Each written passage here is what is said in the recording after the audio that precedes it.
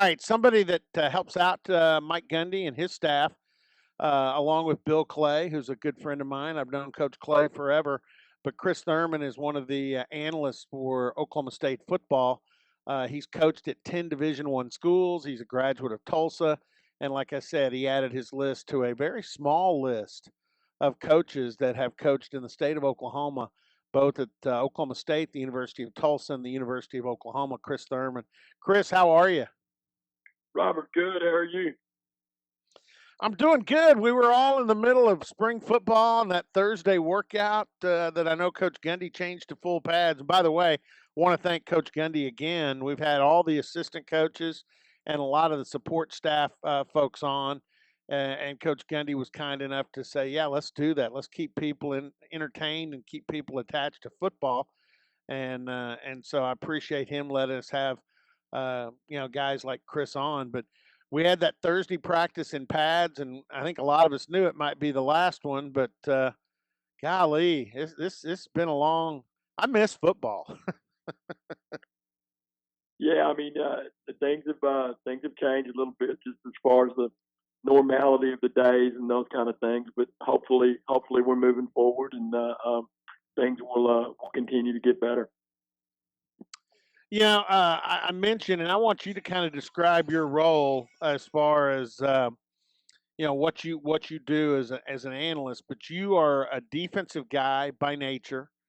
I think you played defense. You've always coached on the defensive side of the ball, secondary, been a coordinator at the Division I level. Yet you work a lot with the offense, and it's almost like a little counter espionage in the meeting room. But kind of give the fans out there an idea of what your role is. Yeah, it's really exactly what you're talking about. My area of expertise, if I have one, is on defense, defensive backs, defensive coordinator, and but I sit in with the offense and talk to them about defensive thoughts, defensive structure, what they might do here, what they might do there, disguises, different looks and coverage, those kind of things. That's kind of my role, and really not much more a lot of days than that to answer occasional questions and those kind of things, and try to really study our opponents and kind of see what they're doing, because conceptually there are just a few things that you can do on defense. I know there's a lot of disguise and there's a lot of different looks, but most of those things are window dressing, and it boils down to okay, what they're going to do once the ball rolls over, and that's kind of what I try to contribute. Yeah, my two of my favorite terms that have really come up in modern day football that get used a lot. And the first time I heard this one was Todd Munkin, and he used to use it all the time, and that's run pass conflict, which is obviously something the defense has to deal with. And then the term I like that offensive coaches throw out there all the time for their quarterbacks and anybody that's trying to make a read is eye candy. And those are two terms, run pass conflict and eye candy, that are predominant in this day and age of football. Sure, sure. And the biggest thing you've got to be able to, like, for example, when you know got a possibility of a run pass conflict, which as you know, do I have to play the run? Do I have to play the pass? Is how can I disguise so the quarterback can't necessarily identify who the player is that has a run pass conflict?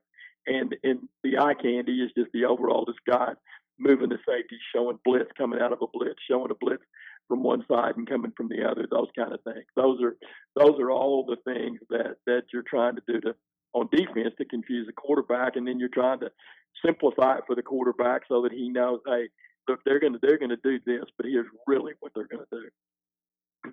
You've coached, like I said, 10 Division I schools. You coached at Oklahoma in the past. So you've been in the Big 12. You're seeing it now again. I think when you were uh, coaching the SEC with Fran at Alabama and A&M, Kentucky. You were at Kentucky later on in the SEC. That's a different animal, but it's kind of funny. I sensed last year in the Big 12 a little bit more movement back to the run game. Some of it was quarterbacks graduating and breaking in new quarterbacks. And then over in the SEC, and we saw A&M in a bowl game, and we'd seen Missouri in a game, a bowl game the year before. I sensed the SEC was moving closer to the Big 12, and the Big 12 was kind of recycling back toward some of the offense you see in the SEC. You agree or dis? Well, I think football's always moving one way or the other. For a long time, the SEC was known as more of a conservative league, for want of a better term, where it was run the football a little bit more and a little bit more compact formations. Is Now they're starting to expand, and especially over the last few years, really over the last 5 or 6 years, the SEC has been playing that way. Now with Mike Leach going to Mississippi State, they'll do more of that with the success LSU had last year. Um, everybody tries to copy what the flavor of the moment is. So that seems to be the deal. The Big 12, obviously, for years and years, we've been going up and down the field, and I think it's a little bit of a misnomer in the Big 12. People want to say, well, nobody plays defense. That's certainly not true. Is I think offenses are just extremely well equipped, and I would argue again, I'm prejudiced, but I would argue that some of the best defensive concepts do come out of the Big 12 because of the multiplicity of things that you have to defend. Yeah, it's funny. I had Darian Daniels on the show last week. Of course, Darian played Oklahoma State, got hurt last year, and after the fourth game, and ended up grad transferring to play with his brother this year at Nebraska, and had a pretty good year. He signed free agent after the draft with the 49ers. But I Mm-hmm. asked him about the adjustment, and he goes, yeah, it was interesting to play in a league where they run the ball obviously a lot more, don't throw it quite as much, and the pace of the game is so much slower. I mean, this is a player. I mean, he in 1 year he realized up at Nebraska, yeah, I don't have to defend as many plays. This is a whole lot slower than what I was used to at Oklahoma State. And so that when you get it from a player, you kind of believe, okay, he feels that way. In the Big 12, we do play a lot faster. Mm-hmm. Right, because the one card that you can never ever match from a defensive standpoint is you can never match the speed card, because the number one card you got as a defensive player or as a defensive coach is recognition. And when somebody goes extremely fast, they take that recognition card out of your hand. It's like, okay, the tight end is split. His split might be a little bit wider than it normally is. The tackle's cut down here. I mean, I'm oversimplifying, but when the game's fast, you're lucky to be able to get lined up soundly, and so that's probably the biggest card that the Big 12 has. Although we're not the only league that plays fast. We probably play faster than overall than most of the other leagues. But Ohio State will go fast at times, and there are some teams that will throw that out there. But that's a major thing that's hard for people to adjust to on defense. Chris Thurman with us, and Chris spent a lot of time coaching on staffs with Dennis Franchione, who had a very successful run in college football, obviously. And I love, just coming up every once in a while in practice and talking with Chris. It's not always football. We'll talk some other things too. But one of the things you've talked about, and you've seen a lot of programs. You've been to Alabama, you've been to Texas A&M and Kentucky, East Carolina, TCU, which we're all familiar with. Um, and one of the things you said to me before is you wish you'd worked for Mike Gundy maybe a little earlier in your career because you like the way he sets things up. You like the way he runs his program and even runs his coaches. Well, the best thing that coach does is the culture that's created there. As a coach or as a player, the culture is created for you where you have a great chance to succeed. Coach lets the coaches coach. He lets the players play for for the most part, again, I think that can be misunderstood. And sometimes when you say that, I think that means that you always have a loose rein. That's not the case. We just have a culture that enables people to be the best they can be when they need to be the best they can be. So that's what we do. I enjoy, as you get older, I enjoy being able to think outside of the box, to look for solutions rather than blame, to be answer oriented, and that's what I think. That's what I think that we do. And then, as a coach, as a player, that's all you can ever ask for. Yeah, and I think that's a good point because I've been around situations where, and my favorite saying, those locker room, football office postings of, what you hear here, what you see here, let it stay here when you leave here. My Hmm. favorite one is it's amazing what can be accomplished when no one cares who gets credit. Absolutely. That's that one's been around for a while, but that's the essence of any organization, any great organization, any family, any any type of where people come together to accomplish anything. When it's that way, and where agendas are removed, and where ego is removed, then you've got a chance for success. Plus, the other thing you do is you can implement, and you can homogenize ideas. I mean, coaching is a lot like cooking. I mean, you get good ingredients. You get good ingredients and somebody that knows what they're doing. You're going to put a pretty good meal out there in front of people. Excellent analogy. I love that analogy because I like to cook a little bit. I smoked a lasagna yesterday and couldn't wait to see what the look was on my wife's face, and she goes, "This is good." I'm like, Oh, "Okay, I absolutely, did my job." absolutely, and it is so much the same. And if you watch, again, I like to cook, and I certainly like to eat. But is if you watch great chefs, and you watch um, them work in the high stress restaurant. I mean, there's a lot of similarities to Yeah. coaching. So again, it's just fun, and what our culture does, again, back to our culture, your culture gives you a chance to win, and gives you a chance to be at your best, because then you get everybody on the same page. You get everybody going the same direction. And again, it doesn't guarantee success, but it gives you your best chance for success. And that's what we have. You're in the offensive meeting room, and I enjoyed Mike Yursich when he was here, and of course Sean Gleason was here as the coordinator last year. Now it moves to Casey Dunn, and of course Casey's been around here a while. I've got a real excitement about what I think can happen with Casey Dunn in the offensive room. You got any thoughts? Sure, and you should be. I mean, Mike brought what he brought to the organization and to the offense. Sean brought what he brought, but what Casey brings a long time group of experiences. Casey coached on both sides of the ball.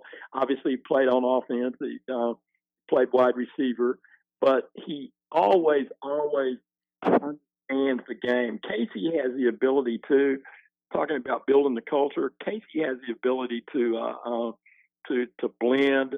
I mean, I think he's an idea guy. I think he's a listener. I think he knows what he wants to do. I just think he's got that calm personality that is needed. He's got patience when needed, and he's got boldness when necessary.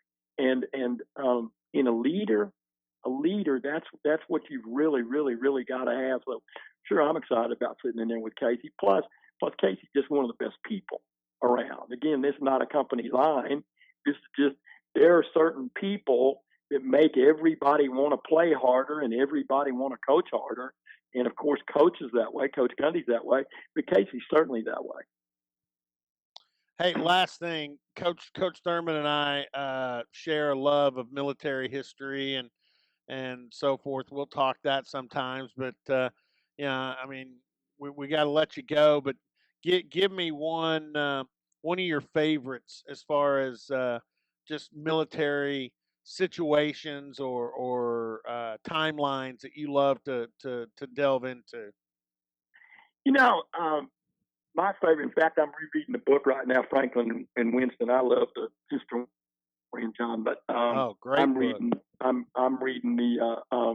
I've read it. I read it 17 years ago, but I'm reading it again. But just I like the preparation in the backdrop because leadership in time of crisis is just imperative, and that's back to what we're talking about, our culture. But probably my favorite battle of all time is the Battle of Midway. I mean, the luck Yeah. involved, the preparation involved, the fact that after we achieved the victory, we were patient enough to make sure that we that we stayed with the victory and didn't make another mistake. But just and again, Midway points out so many people just doing their job and how entire games or entire battles can change just by one guy doing his job at the right time. And so, anyway, I love that battle. And there's an obscure character from history named Wade McCluskey that turned that Oh yeah. battle that just from finding the Japanese carriers through the clouds, and that was just one guy doing his job. No different than a guard coming off on his own step and making sure that he after he makes his initial block he climbs. But the importance of just one person doing their job, and that's what military history or really any type of history shows you is that hey, it's not the dramatic things. It's just the day to day. How hard do you work? How hard do you stay at your task? How much do you accept responsibility? Those are all the things that history teaches us. Yeah, I love Midway too, and did it with a backup commander Absolutely. in Spruance, Good for and you, Spruance Robert. showed patience. He Yep. he had the option to stay on and look for that last Jap carrier or back Mhm. off, and he made the right decision. So Agreed. And you know what, Robert, and you know this. I've told you this. I'm going to tell you again. Those conversations, you have no idea how much I enjoy them. But that's what we said earlier about Casey and Coach yeah, and all great leaders is patience when needed, boldness when necessary. And that battle totally points that out. And also Spruance being able to seize the moment to take advantage of here's an obscure commander, okay, but now he's given the opportunity, almost like a backup quarterback coming in the game. If you want to go use the example of Drew Brown last year, okay, now yeah. Drew comes in the game, he's ready to play, and he does a good job. There's a whole bunch of kids and people that way when they're thrust into the moment that most of the time they respond. Yeah, and I think I think that Chris and I may be two of the few people around these parts that probably have both read Winds of War and War and Remembrance from Herman Wouk. I'm not sure. I'm not sure how many people have made it through both those big old monstrosities. The greatest historical novel ever written, and you could argue that it might Yeah, be the best novel ever written. Yeah, yeah. you know what? In fact, well, I mean, and you can read it. You can read it 50 times, and you're going to learn. You're going to learn something else. So, anyway, way to go, Robert. Way to I will go. say Way to this push though, all the right Coach. buttons. Do you can you name the book you think you've read the most times, other than the Bible, Ooh, maybe? Because I think everybody's Uh, read. yeah, I don't know. I can name mine instantly, and You know what? that's the key I've word. read I've Instant read the kill replay. I've yeah, I've read To Kill a Mockingbird multiple times. I've read The Okay. Great Gatsby multiple times, but All right. probably probably historical. I've read The Winds of War 2 or 3 times. So hit Okay, me with that's yours. good. Now, instant replay, Jerry Kramer's book. Oh, okay, I okay, okay. read. I Yeah, had a paper. Yeah, I read that right. over and over as a kid.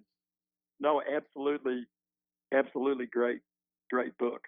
And then, So well, anyway, I mean, we could talk about books forever, and sure. those are good topics.